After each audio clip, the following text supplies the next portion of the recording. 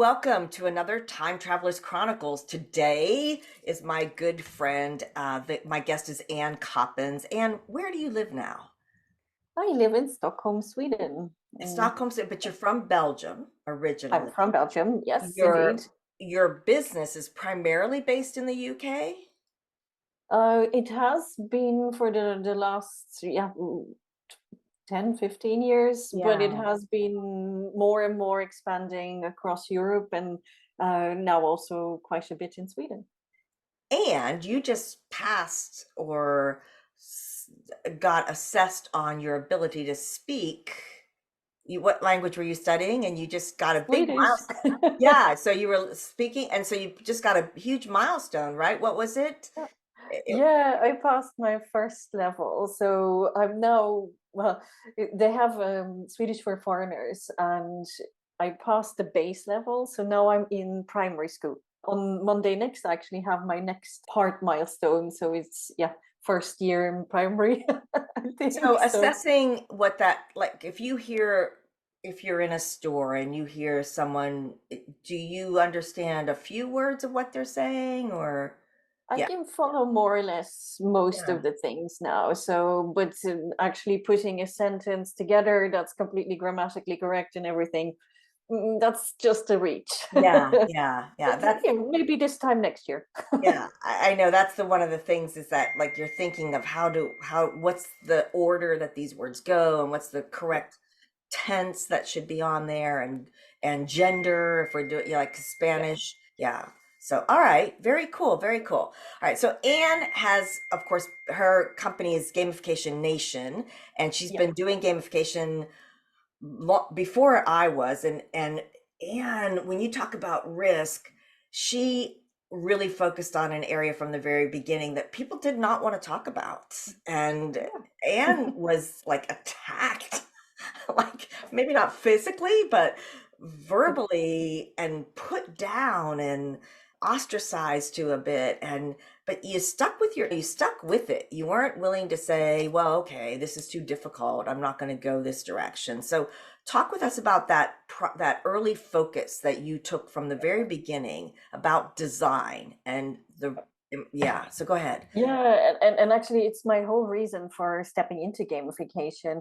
And I wanted to bring the feminine voice to the gamification space and be more inclusive in terms of our designs. Because when I was looking at gamification back in the early 2000s, it was like a lot of, yeah, very competitive, I win, you lose. And I felt, no, there has to be much more collaborative approach to this, because as a female, I felt I like games, but not those. Yeah. Yeah. And I was very much looking for something that I could relate to, but I also expressed how I felt as a woman. And also then I've got a very curious spirit. So I went deep diving into, okay, what is it that motivates women in a different way to what guys do? And that's where I got the most criticism. And actually, that people started debunking the fact that these statistics existed. So for every statistic I pulled out and every bit of research I pulled out around females are motivated this way, guys are motivated that way, I got a whole load of hoo-ha sent Yeah. back to me. Yeah. And I was like, Yeah.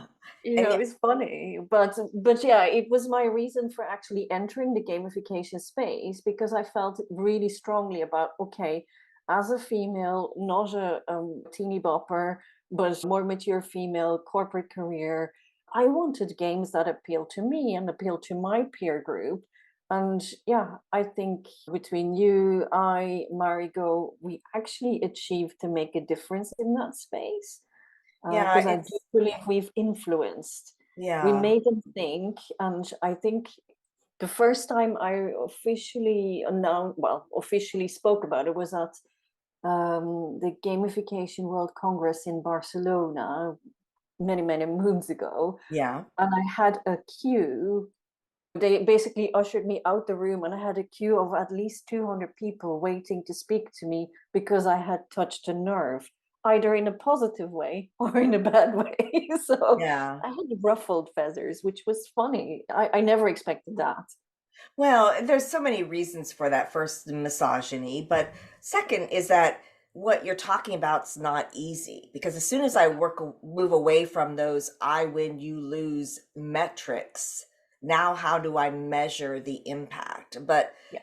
Forbes magazine every year talks about market share and profitability of women-led Mhm. organizations and when women are on the board, the difference it makes. And so these are not easy measurements, but it doesn't mean they don't shouldn't be addressed, and it doesn't mean they're not real, right? And so the minute we Exactly. start thinking that, yeah, but my my sister plays first person shooter games all the time, and that's what she really okay. We're not saying Yeah, that, that's okay. yeah, that's okay. That's and as soon as we start, it's just the same as any kind of cookie cutter Yeah. approach. As soon as we try to start doing that, it will start to move away from whom are we designing for Yeah. and and focus on, well, this is what I need them to learn, right? We're taking the focus off again. And Yeah, and I yeah. think that's such a valid point because one of the things I was focused on and still do today is focus on the user that we're dealing with and don't assume that you know.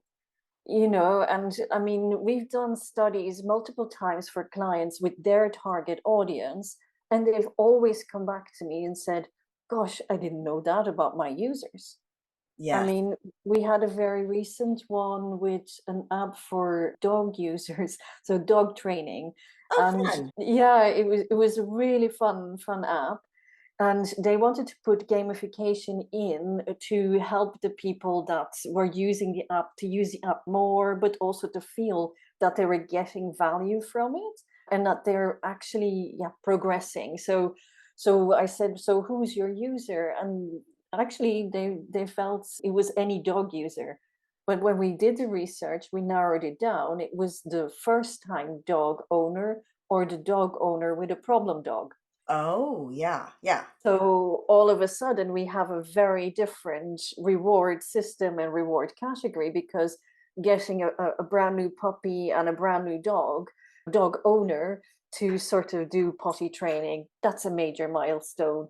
Getting them to be social and socially respectful, that's Yes. another Yes. milestone. But a lot of these things only work if the human works.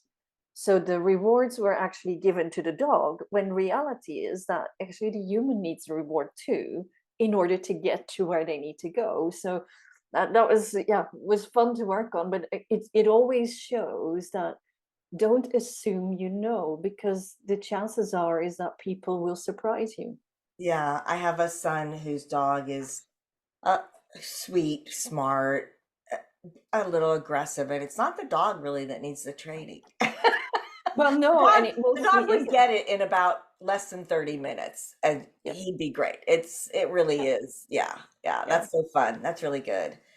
Anne and I had the benefit of doing a South by Southwest That was so much panel fun. with Marigo. We had so much fun. If life could be that week, it would Yeah, just, right? It was just be one perfect. fun, yeah, after another.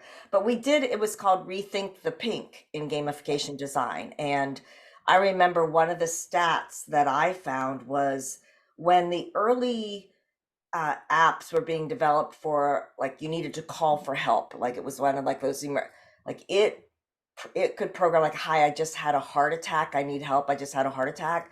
But if you said I've just been raped, the app would not understand what you were saying. And that, when we think, well, no, there's no reason to think about women in our design, right there is, there's a book that was written a couple years back called The Invisible Woman. All it did was make me angry. But it really is about, there we're not even thought of in design many times, or it's not an important factor, which is so wrong on so many levels. yeah, But and that's still the yeah, case today. Actually, a lot of product tests and a product designs are built for men first. And then when they go testing for, let's say, even cars for impact, they're built on male bodies. Our phones, actually, the average size of a phone is too big for a female hand. yeah, Yet yeah. they're only getting bigger. Well, I because we mean, I wanted, don't understand. but we needed to do more stuff too, Anne. I needed to do I more. know, but I just want to do my whole life on this right now. Yeah, yeah, that's right. And it is, and that's, it's funny, but I mean, it's reality, yeah, and it's it is. getting better.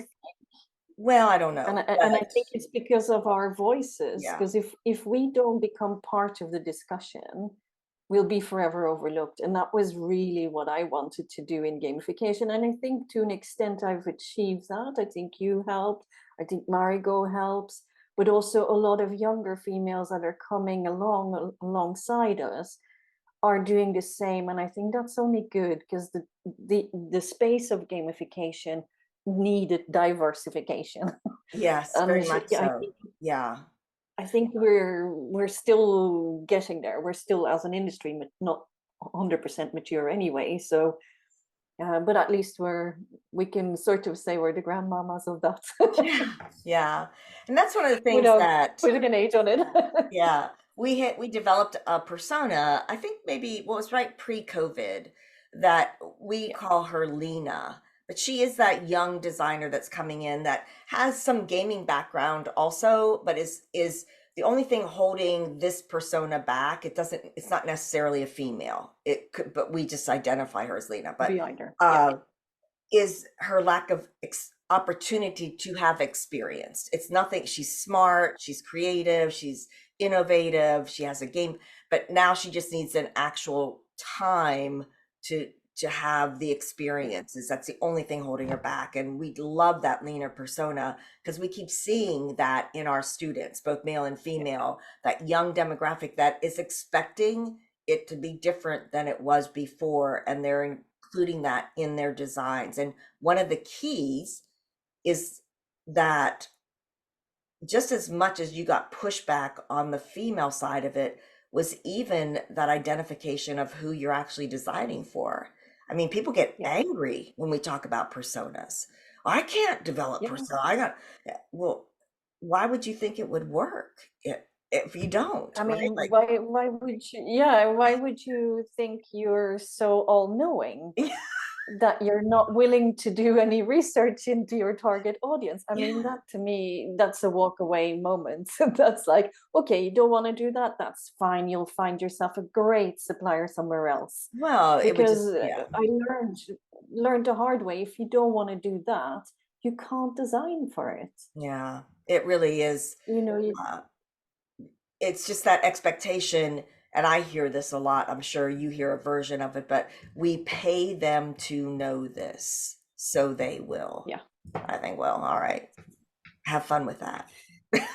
Yeah, good luck. How's that working? You know, How's that working for you? it's Yeah, like you're channeling the upper echelons, and you hope that the same message comes through in the one and only portal.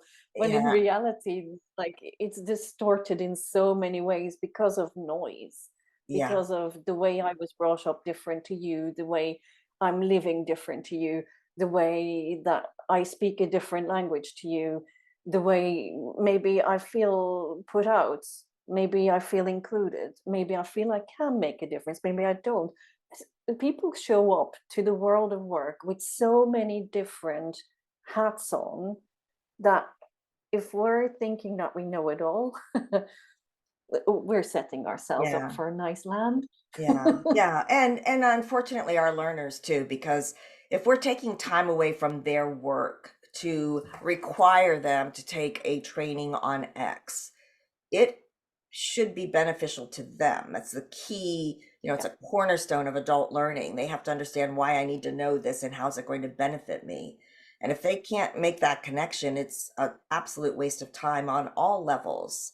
My neighbor absolutely. he oversees a number of different staff in a number of facilities, and he requires anytime his guys are going to be out, because it's a manufacturing setting, that they demonstrate exactly how this information is going to make it better for that, because he does the dollars of what this will really cost for them to be out of work. And so they're going to be gone. Yeah, What's the benefit that's going to come to them and to this department, this division, which is yeah. the right way to approach it. right? Like if we're going to do I it, why wish are we doing it? more people did that. Yeah. I wish more people did that Yeah. because so many times it's a plaster to a more, I suppose, endemic or pandemic or whatever demic Yeah. a problem, and I so often was asked, can you gamify compliance?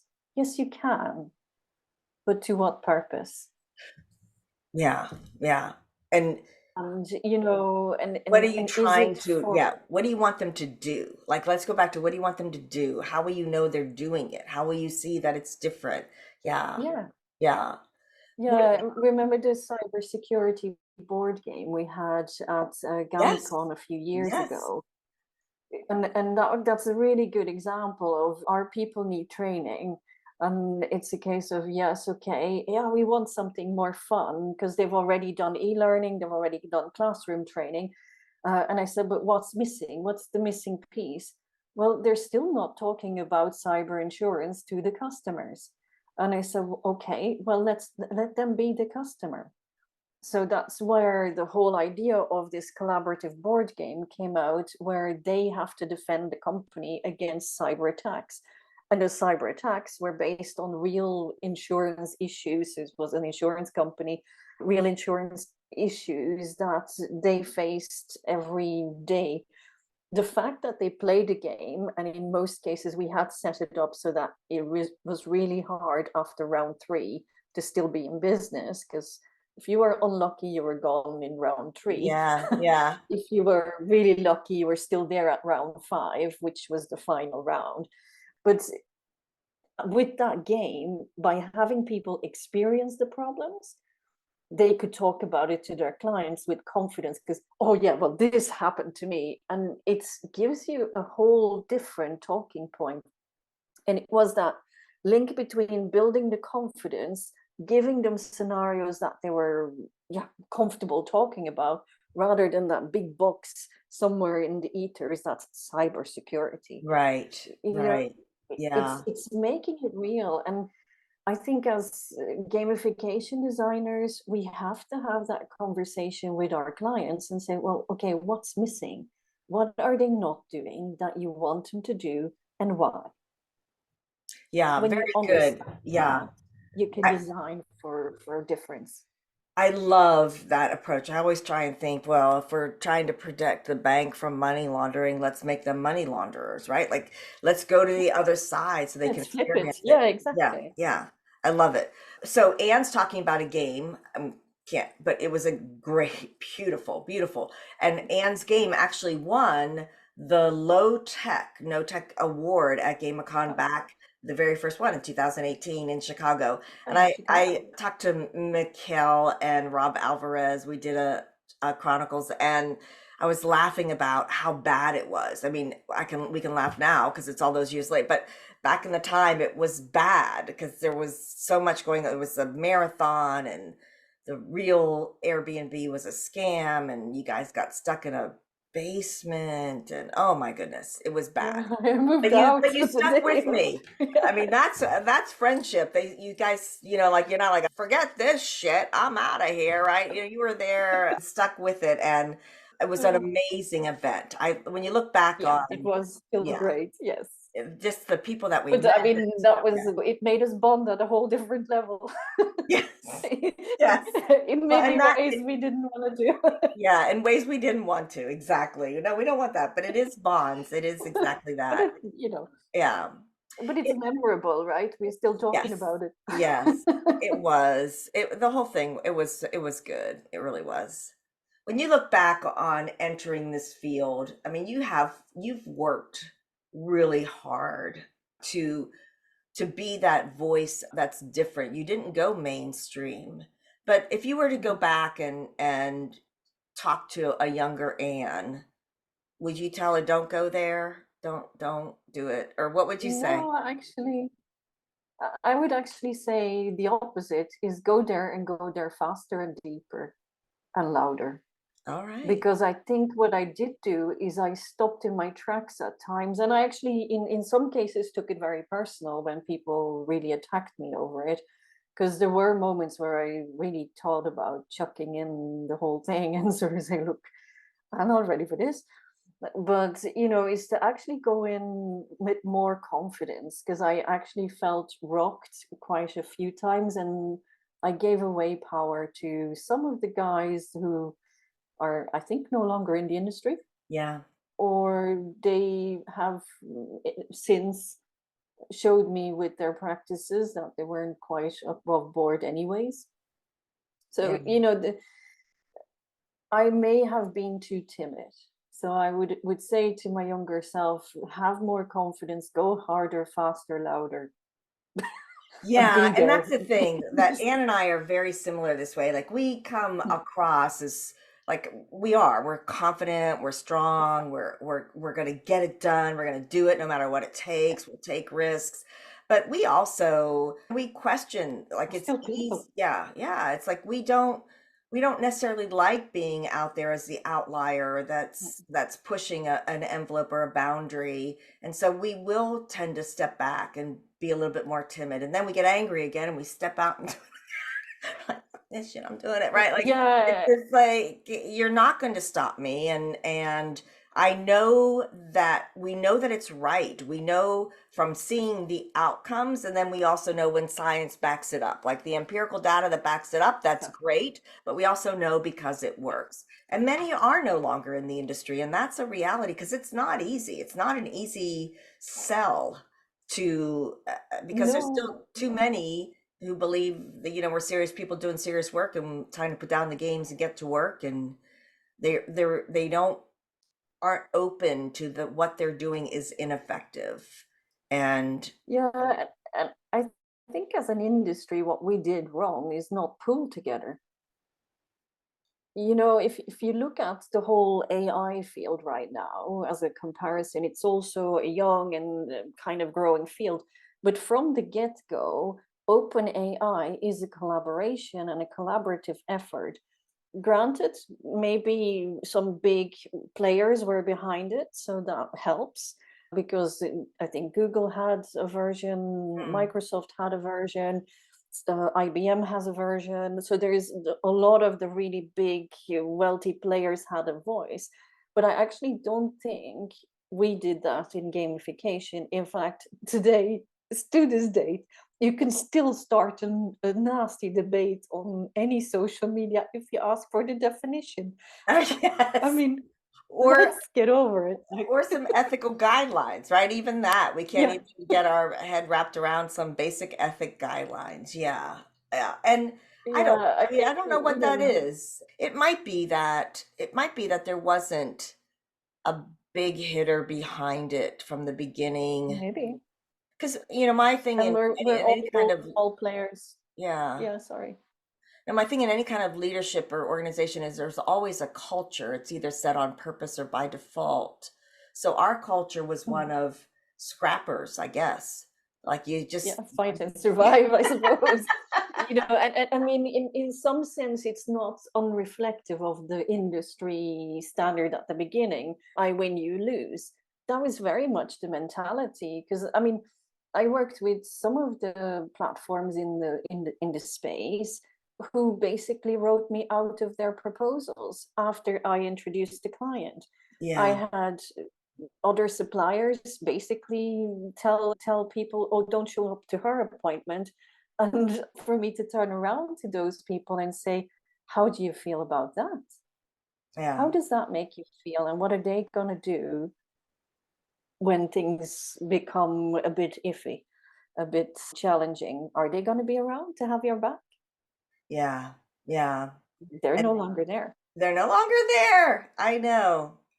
It is really, Yeah, and for me, the delight is to see the evolution that keeps happening, like yeah. with the AI and the ability to do things faster, to get to Mhm. not an MVP, but even just ideas of ideation of what things could look like or what direction we want to go. We can get there so much faster than we could 6 months ago, right? To begin actual design. Still, our discovery phase still takes time because that's where we're learning about who are we actually designing for. So we The still, people.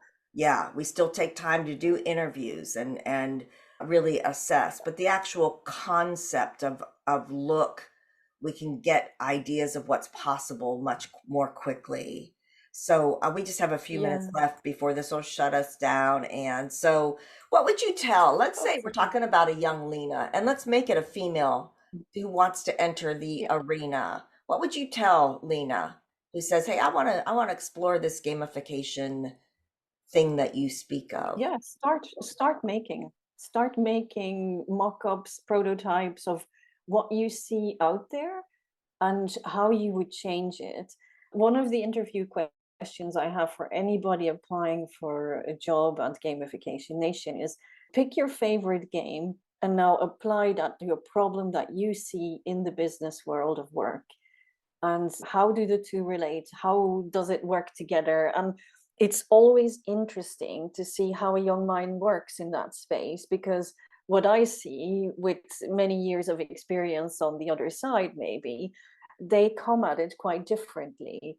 So I would say is, first of all, apply what you know to what you think the problem is.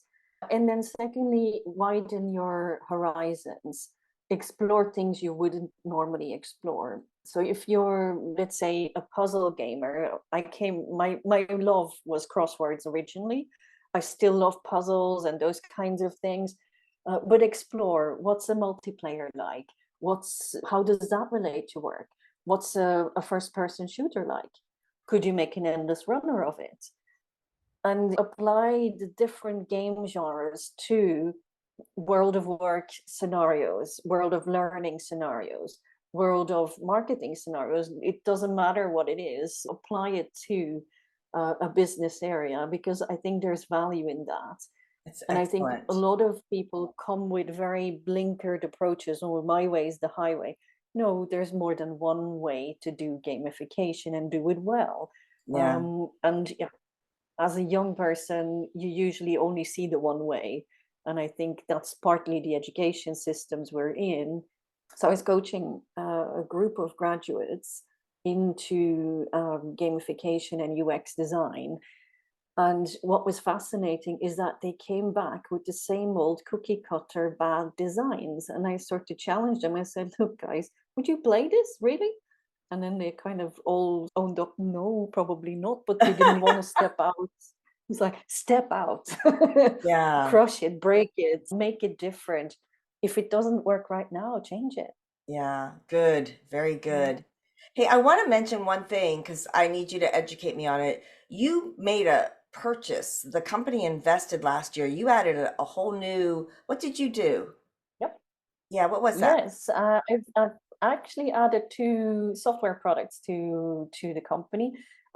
Playerance, which is a gamified quiz platform, and My Digital Office, which is a metaverse for work, which is still in the early stages, but basically it's like spatial collaboration. If you've played on Gather, somebody asked me this morning, "What is it? Is it like Gather?" I said, "Yeah, Gather, but prettier." Yeah. So Yeah. basically, Good. you can sit at the same table, talk to each other, collaborate. We have big plans for it, so they're in the making. But Playerance is currently the bigger focus, because I think in current market conditions, marketing is focus, and yeah, gamified quizzes. So it's actually a very fun platform. I'll make a quiz and I'll send you a link so people can test out and see what kind of gamification enthusiast they are. Um, Pure Excellent. fun, not nothing scientific, just pure fun. Good.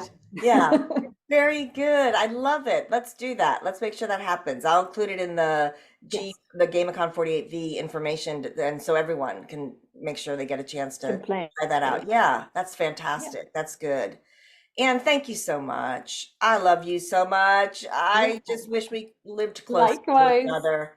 I know. I want to sit down and have tea and solve the world's Yes, challenges or together. one of Jonathan's major specials. All right. Or we could go that way They're too. amazing. Yes. Yes. That's right. But yes, I agree. I mean, I'm also so appreciative of the fact that you keep on going with Gamicon. a lot of the other conferences have gone, but you're persisting, and that is a massive effort on you, the team, and everyone behind it, because it's an amazing experience. So thank you for keeping that up on Well, thank behalf you, of the Anne. whole industry. Yeah. Yeah, it's like it just we keep meeting these amazing people from across the globe and I don't want to give that up. It's why we started it in the first place. And so this year's even better. The people that I see registering, I'm like, wow, I can't wait. I really want to spend time at each table this year just talking to people about what they're working on. Awesome. So I want to make sure I schedule that properly. So I hope we see you there. Should pop in whenever you want Yes, for to. sure. Yeah, sit down and visit, and we'll enjoy it. So, thank you so much, Anne. Yeah, I've done so. I've done so in each edition, so I'm not gonna let you down there. Okay, all right, excellent. Thank you. All right, we'll talk again soon. All right, bye bye. Super. Thank you.